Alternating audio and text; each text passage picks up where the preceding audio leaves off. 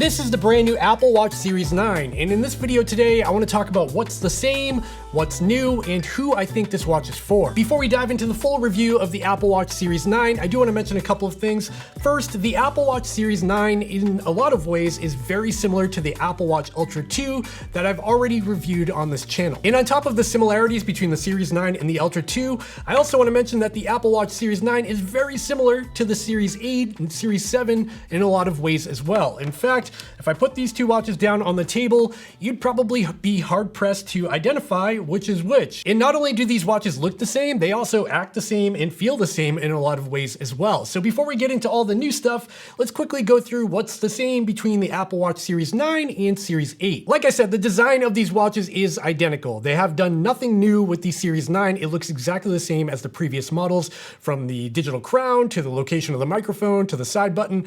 Everything is exactly the same. However, this time around, the Apple Watch Series 9 is made with recycled materials. Another similarity on the Apple Watch Series 9 is the same quote-unquote all-day battery life, which is an interesting phrase because it's got battery life of about 18 hours on a single charge, and by definition, that is not a day, but I'll save that for a different video. And of course, the user interface has not changed on the Series 9 either. It runs watchOS 10 just like the previous models, and that gains the benefit of offline mapping and navigation and some new sports features as well, which I've talked about in other videos. The Apple Watch Series 9 also has the same GPS chipset and heart rate sensor, so you're going to get the same accuracy when it comes to GPS accuracy and heart rate sensor performance. And another thing that has not changed about the Series 9 is going to be the price. The Series 9 starts at $399 for the aluminum model I have here, and it starts at $699 for the stainless steel model. And of course, that's in US pricing. That might vary where you are in the world. At this point, you're probably wondering, well, Dave, why am I watching this video? What's new on the Series 9? Well, let's kick that off with the colors.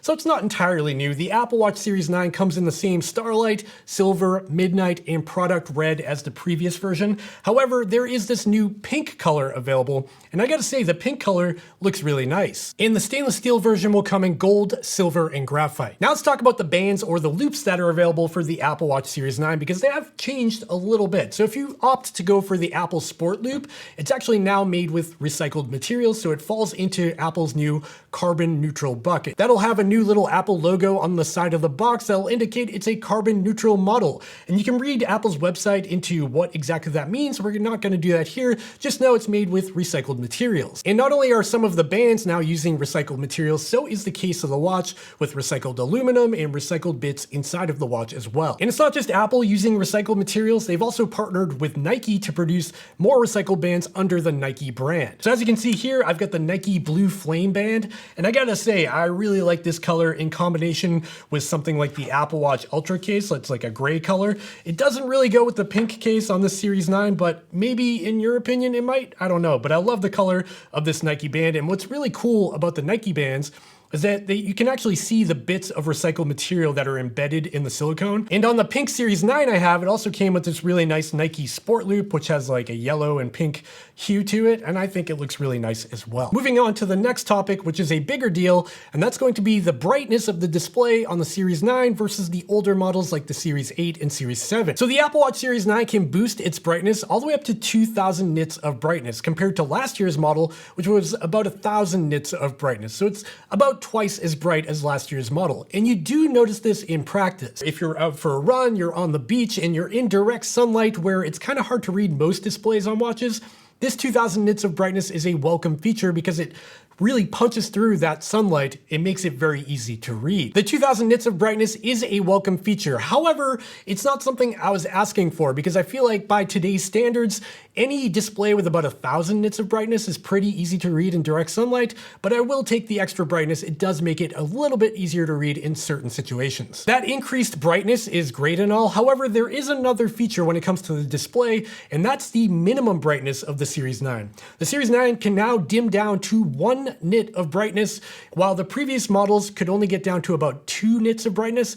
And in practice, this is noticeable. I'm talking with all the lights off, maybe you're sleeping or something like that. You can view the watch a little bit easier, and Apple says this conserves a lot of battery life while you're in a dark environment, which they can use for other processes. With the brightness out of the way, let's talk about this new watch face I have loaded here. This is the new Nike Globe watch face that came out on the Series 9. Now, just know you can install this on any Apple Watch, whether that be an SE, a Series 8, a Series 7. It's available, so you can download it now and install it if you want to try it. It is a nice looking watch face. I like the font. And the great thing about this is that there's 4 customizable complications in the corners, and then you can also adjust the accent color as well to suit your needs. The Apple Watch Series 9 also features a new ultra wideband chip, which enables you to find your phone if you lose it. And this is very handy for me because I lose my phone all the time. And the way this works is very simple. Just like on previous models, you can bring up your settings here and you can scroll down to ping your phone. Now on previous models, it would just make your phone make a sound so you could try to find it using your ears. But if you can't find it using your ears, you can now use this. If I tap on this, you can hear the alarm go off. However, this time you can see I get this dialogue that actually shows me how far away from my phone I am in this space. As I move around in space, the Series 9 will pick up where my phone physically is, and then it will actually show me which way to turn to go towards the direction of my phone. As you can see here, I've got my phone in the back of the room here, and it's telling me to turn around and go in that direction. And once I get close enough, the display on the Apple Watch Series 9 will turn green to indicate that I'm getting warmer, and then eventually it'll show a check mark showing that I'm right on top of my phone and I've found it. This new Find My Phone feature on the Series 9 works really well. However, there is a couple of limitations. First of all, it only works with the new iPhone 15 or newer. So if you have an iPhone 14, this won't work. Another thing to keep in mind about the Find My Phone feature is that it has a limited range. This is not a cellular connection, it's a wireless connection from your watch to your phone. And in my testing so far, the range for this to work is about 100 feet, give or take, and that's outdoors with no obstacles in between the phone and the watch. Hey there, quick interruption. If you're enjoying this video or you're finding it useful or entertaining, please consider going down and giving me a thumbs up and subscribing to the channel down below so you don't miss more videos from me in the future. That'd be great. Okay, back to the video. Let's move into the next topic that's kind of a big deal about the Apple Watch Series 9, and that's the new S9 SIP, which stands for System in Package, is sort of where the CPU and GPU live inside the watch. Now on previous models like the Apple Watch Series 8 and Series 7, they kind of use a recycled version of the same chip, where on the Series 9, it's an entirely newly designed chip. Apple says the new S9 SIP has about 60% more transistors and a 30% faster GPU, and it also has a 4-core neural engine for machine learning. Now, what does that all mean in practice? Well, not a whole lot in terms of performance. To be honest, I've never really had a complaint when it came to performance with an Apple Watch. They're always very snappy and responsive, and pretty much there's no lag when you're doing anything from loading music to loading the App Store. However, if you pay very close attention between the new S9 processor and the older S8 processor, there is a very, very minor difference in terms of performance between each model. The importance of the S9 SIP isn't just for performance, it also unlocks new features that are exclusive to the Apple Watch Series 9 and the Ultra 2. So it's able to do things like on-device Siri processing. On-device Siri processing, as the name implies, means your Siri requests happen inside the watch rather than being sent out to the cloud, processed, and then sent back to your watch to do whatever task you're trying to do. And there's a few benefits to having on-device Siri processing. The first and probably most obvious is that you can do Siri requests offline. You don't need an internet connection to request things from Siri. Now keep in mind those offline requests are pretty limited right now. Maybe to set a timer or a stopwatch and maybe launch an app. Like pretty basic stuff. That's about all it can do offline, but that's not why this is important. This on-device Siri processing also just speeds everything up. If you have a complicated request for Siri and you're trying to search something up online,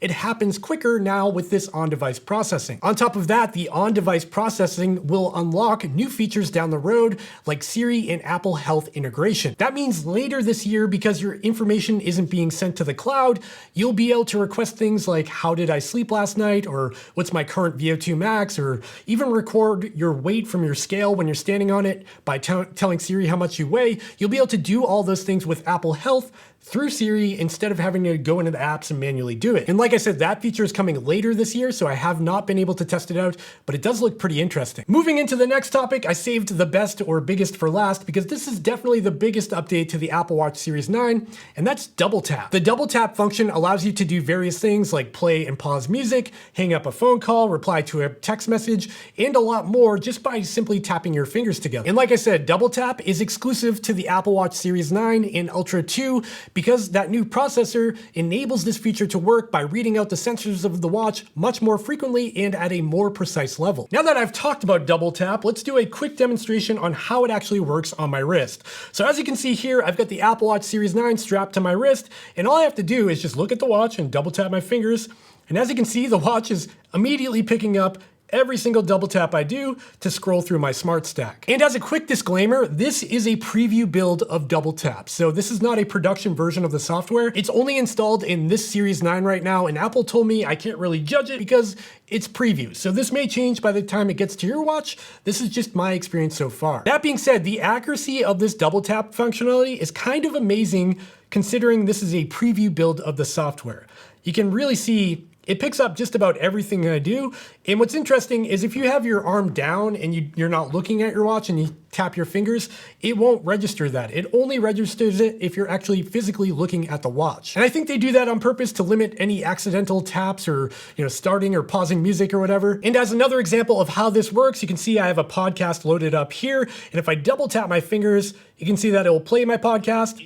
You can hear it in the background there. And if I double tap again, it'll pause my podcast, which is pretty useful. Another thing to note is that you can actually customize the music controls of double tap, whether or not you wanted to skip forward a track or pause a track, that's all available in the settings. In terms of how useful double tap is in real life, it's pretty useful. I found that if I'm carrying a coffee in my hand or I have groceries in my hand or I'm carrying something like a piece of furniture or something and I get a phone call, I can simply double tap my fingers together to answer that call or dismiss a text message or hang up on somebody after a phone call.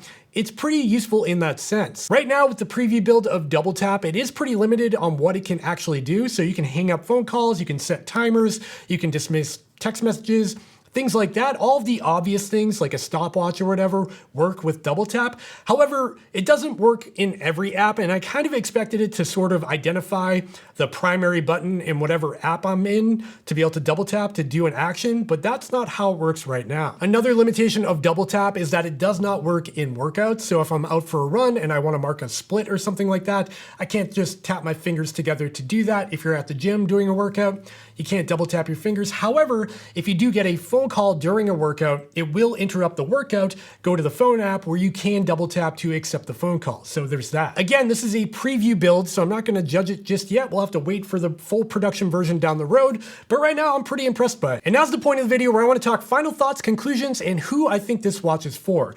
Like I said in my Apple Watch Ultra 2 video, I think people here are gonna fall in two camps. You're either upgrading from an older model like the Series 5, Series 6, something like that, where the Apple Watch Series 9 is kind of a big upgrade and probably worth getting. However, if you do have something like the Apple Watch Series 8, last year's model, the upgrade here isn't that big. That is, unless you really want that double tap functionality or some of the other new features. On the other hand, if you don't own an Apple Watch already, or maybe you have a really old model, that's where the Apple Watch Series 9 is a big upgrade. So if you're gonna buy an Apple Watch anyways, it's kind of a no-brainer. If you're interested in a Series 8, get the Series 9. You've got more features, a brighter display, and a few other bells and whistles, plus the pink color. Ultimately though, even though the Apple Watch Series 9 is a really impressive watch, it's still not a major upgrade over the Series 8. We've got the same battery life, same design, and I do have a wish list of features I wish they implemented on this one. First of all, battery life. I know I'm beating a dead horse here, but just about every Apple Watch video I make, I wish these watches had more battery life. The fact that I can only get a day out of this watch kind of drives me crazy. I wish we could flip the tables here and maybe get the Apple Watch Series 9 or Series Watch into that 2 to 3 day territory, and then maybe bump up the Apple Watch Ultra 2 into that like 1 week territory. That's really where I wish these could be, but we're not there yet. Another wish list item is a new design. The Apple Watch Series 9 looks exactly the same as every other Apple Watch. I think all the way back to like the Series 6 or something, there hasn't been a major design improvement. I was really hoping for like a squared off design, something like the iPhone 15. in watch form, that would have been super cool. But again, we didn't get that this year. And finally, I do think it would be really cool if they could implement the action button that the Ultra has on something like the Series 9. I feel like that would just add a little bit of functionality, and I don't think it would really impede on the sales of the Ultra watch in any way because they're still very different, but maybe that's just me. At the end of the day though, the Apple Watch Series 9 is an awesome watch, and it's a great companion for your iPhone if you're into that sort of thing. If you're looking for a smartwatch experience, it's really hard to beat these watches. And the Apple Watch Series 9 is the best series watch they've ever made. Obviously, it's the newest with the most features, the brighter display, the ultra wideband chip, the double tap functionality. It's all really cool. Another thing to keep in mind about that S9 SIP is from the outside, it's not a very exciting upgrade, but I do think that processor is laying the foundation for more interesting features to come down the road.